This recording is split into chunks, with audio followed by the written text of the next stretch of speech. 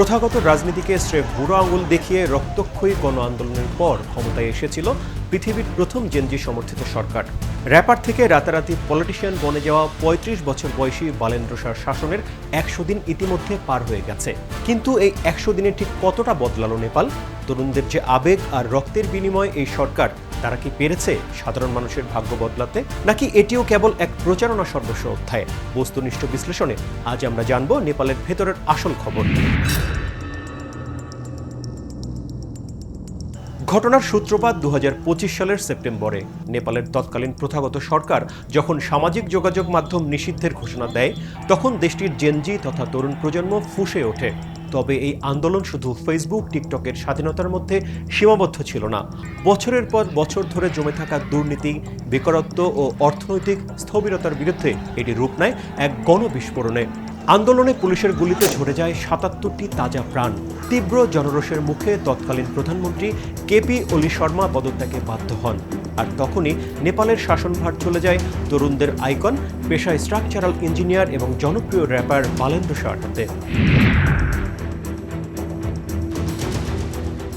ক্ষমতা গ্রহণের পর কোনো রকম সময় নষ্ট করেননি বালেন্দ্র শাহ। প্রথম ১০০ দিনের শুরুতেই তিনি যে চমক দেখান, তা নেপালের ইতিহাসে বিরল।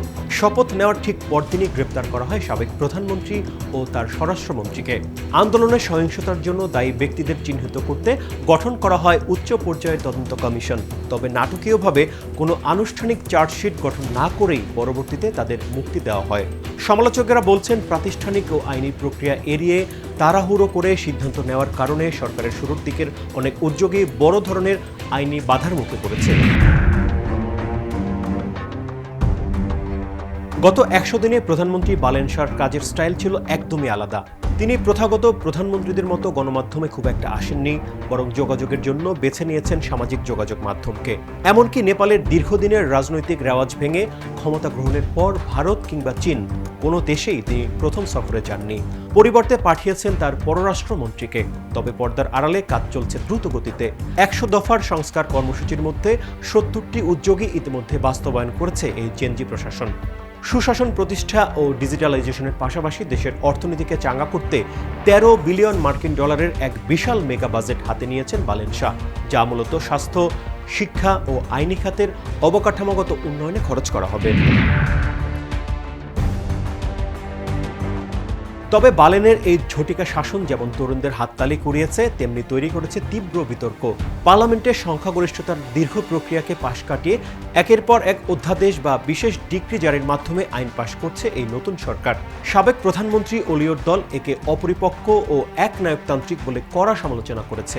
রাজনৈতিক বিশ্লেষকদের মতে, সাংবিধানিক কাউন্সিলের প্রধান হিসেবে বালেন্দ্র শাহ নিজের হাতেই সব ক্ষমতা কুক্ষিগত করছেন, যা বিচারক নিয়োগের মতো গুরুত্বপূর্ণ সিদ্ধান্তকেও প্রভাবিত করতে পারে।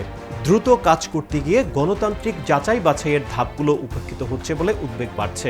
রাজনৈতিক বিশ্লেষকদের মতে, নেপালের এই নতুন শাসন ব্যবস্থা মূলত একটি ট্রানজিশন বা রূপান্তরকালীন সময় পার করছে। প্রথাগত আমলাতান্ত্রিক জটিলতা ভেঙে দ্রুত সিদ্ধান্ত নেওয়ার যে সংস্কৃতি বালেন্দ্র শাহ তৈরি করেছেন, তা যেমন প্রশংসনীয়, তেমনি সংসদকে এড়িয়ে কেবল অধ্যাদেশের মাধ্যমে রাষ্ট্র পরিচালনা দীর্ঘমেয়াদে গণতান্ত্রিক কাঠামোর জন্য ঝুঁকিপূর্ণ। ১০০ দিন একটি সরকারের সার্বিক সাফল্য বা ব্যর্থতা মূল্যায়নের জন্য পর্যাপ্ত সময় না হলেও এটি স্পষ্ট যে কাঠমান্ডুর শাসন ব্যবস্থায় জেনজি প্রশাসন এক বড় ধরনের ঝাঁকুনি দিতে পেরেছে।